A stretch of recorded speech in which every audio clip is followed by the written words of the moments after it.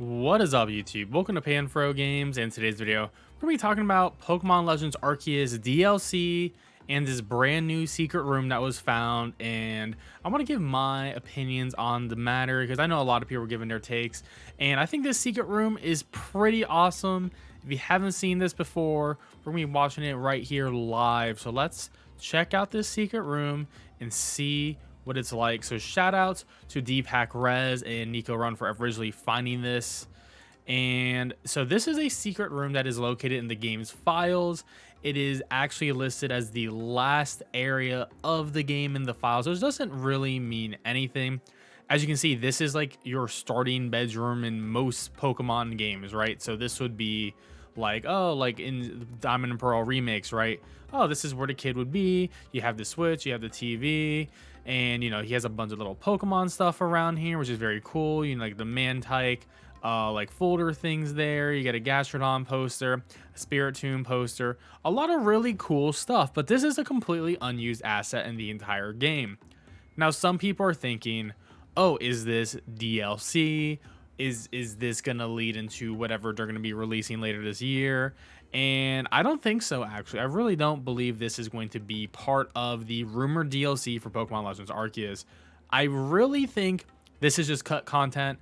This happens a lot in video games. If you don't know game development, a lot of games will just have ideas running until towards the end of the game, and they're like, well, we're just going to have to remove this at the last second because at the end, it just didn't pass playtesting in a good way. People didn't really like it, or they just couldn't get an idea working, but they just left it in the code because that just happens. A lot of code, you know, has a lot of sloppy extra stuff on the side, and Pokemon games are actually famously known for this.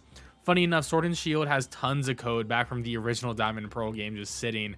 Even Mega Evolution code is in the game, but it's literally unusable. So this is pretty normal for Pokemon games, to be fair. So my personal take is I think this is cut content from the original beginning of the game, because this game, you know, you come from the future and then you're going into the past. Arceus takes you to the past. So I think the original game was probably going to be like, oh, hey, you're a trainer. You're going to be starting up. Everything's normal, and then bam, Arceus just takes you from your time and pulls you back. Could have been more to that too, but this clearly is the only part of the room that is done. There's not any part of the house done. There actually leads to more of a different area, but it's all widespread open, so there's not much you can actually do in here besides what this person is doing is just clipping through the objects. And as you can see, we got this full open area, and this sort of reminds me of how a town would look in Brilliant Diamond and Shining Pearl, just like a flat grass area. I can see probably other houses being around here too. Overall, I think the secret room is pretty cool, but I just don't think it's DLC. What I do think is DLC, and we'll go into my theory, is, well, if you go to the Cobalt Coastlands and you're over here near the Molten Arena, right? Where I am, there is a set of clouds right here that are not moving. You can look at the sky, and you can see how the clouds are slowly moving. They're slowly moving. The clouds in the skybox in this game slowly move throughout the day, right? You can see, you know, the smoke here is moving, clouds here. They're very slowly moving, but the skybox is moving. Now let's look at this cloud right here. It is not moving. This is a static cloud spot. And this is a very open area. As you can see, there's nothing else. There is nothing else around here, right? This is just in the middle of the ocean. So what I am guessing is this is where DLC is going to be for Pokemon Legends Arceus.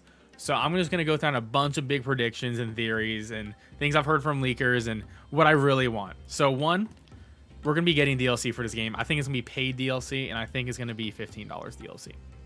But I also think it's going to be part of the Switch expansion pass, the $50 membership, just like how Mario Kart is getting their DLC in there, and just how Animal Crossing is getting DLC. If you get the expansion pass, or you can buy it individually, I think it's gonna be within that $15 or maybe even $20 for DLC for this game. And I think they're only gonna do one DLC. I don't think it'll be a Sword and Shield. We're just gonna get two major DLCs, just because I am 95% sure we're getting Gen 9 Fall 2022, right? So just keep that all in mind, right? It doesn't make sense to release two DLCs. There's just not enough time, especially with a team working on Gen 9. I don't think a team would have the ability to craft out 2 sizable DLC amounts for this game within this year. So, and as you can see, the sun is moving in the skybox behind from the clouds, and the clouds are not moving and all the way in the back, you know? So just more of a reason that the clouds behind us are static, right? So looking at the map, obviously, right, the Hisuian region is the Sinnoh region, right? And the Sinnoh region has the Fire Spit Island. This is where Heatran is in the game, right? So if you remember in Diamond and Pearl, this is where Heatran is. Battle area comes. So past the Elite Four, the post-game area, this is where we're going to be getting, you know, the Heatran event and all the other stuff. If you play Brilliant Diamond, Shining Pearl, you know exactly what I'm talking about. This is where all these events were happening. And of course, the volcano makes land, so that's why we don't see all this land. I think all of that makes sense, right? Like, give it some time. Sure, it's going to make this whatever video games, right? That's okay with me. But what could be over here? What could be over here? Well, what I'm guessing is actually this is where Victory Road and the Elite Four is going to be. I think it's already here. I think the story of the DLC is going to be, hey, Ingo, because, you know, Ingo also came from the future as well, and he's the Battle Subway Master. I think he's going to create the Elite Four because I think he wants competitive battling in the Hisuian region to be a real thing, and he's going to be like, hey, we need to have a championship, and we need to have an Elite Four, and we need to have people you can battle. So I think Ingo is going to form the original Elite Four for the Hisuian region, the very first one. I don't know if he would be the champion. I don't really know, but I think Charm will be part of the Elite Four just because her relatives are Agatha and the ground type Elite Four member of Sinnoh. I think maybe we get all the ancestors from the Sinnoh Elite Four people to be maybe the people we fight against, or it could be some different faces. That would be pretty interesting. So I'm thinking down the lines of this is going to be an end game area. We're going to be getting a lot of battle content because this end game, besides shiny hunting, there isn't much to do. So I think they're going to focus a lot on battling in a single player experience, something you can do over and over again and get rewards. So I think doing some sort of an Elite Four championship thing is going to be cool. But not only that, it's going to have routes. It's going to have big open areas, right?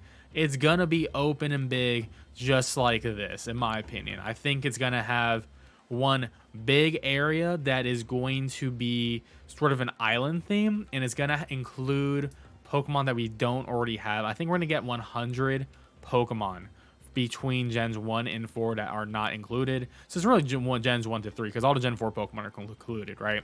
I think it's going to be a focus on Johto Pokemon. I think we're going to be seeing some new Pokemon too, in the sense of new evolutions and new Hisuian Pokemon as well. I'm going to bet Hisuian Dunsparce, Hisuian Girafarig, or both of those Pokemon get an evolution. That is some of my bets. I think a grand total of maybe 4 new Pokemon would make sense from this, and 1 legendary or 1 mythical. I would love to see the legendary beast come here and get new forms like they did with you know, in Galar, where we got the legendary bird trio. They got new forms. I think it would be pretty cool for the legendary beasts, especially because they're very Japanese, very like a big Japanese motif. But that could be safe for a sequel, a legend sequel in Johto, because Johto's definitely going to be going back into the spotlight very soon. It's either in a Let's Go format or in a Legends format, in my personal opinion. So I think, yeah, be a big focus on battling, new Pokemon, 100 new Pokemon, $15, $20 DLC. Also, I really hope they add online multiplayer, because if they focus on battling, they add online multiplayer, this game's life trail is going to be massive. So I really hope they do that. Battle system is interesting. It's pretty simple. They just got to add more moves into it and maybe some other things too, like make the moves more spicy. But I think they could do something like that and it'll be very interesting and awesome.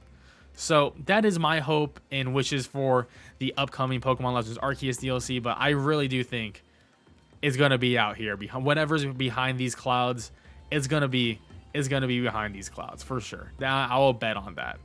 Well, guys, let me know in the comment section below what you think the DLC is gonna be. What do you want the DLC to be for this game? And yeah, let me know and like this video if you enjoyed it. Subscribe to the channel, and I really appreciate your support, guys. Catch you guys next time. Peace out and have a great one.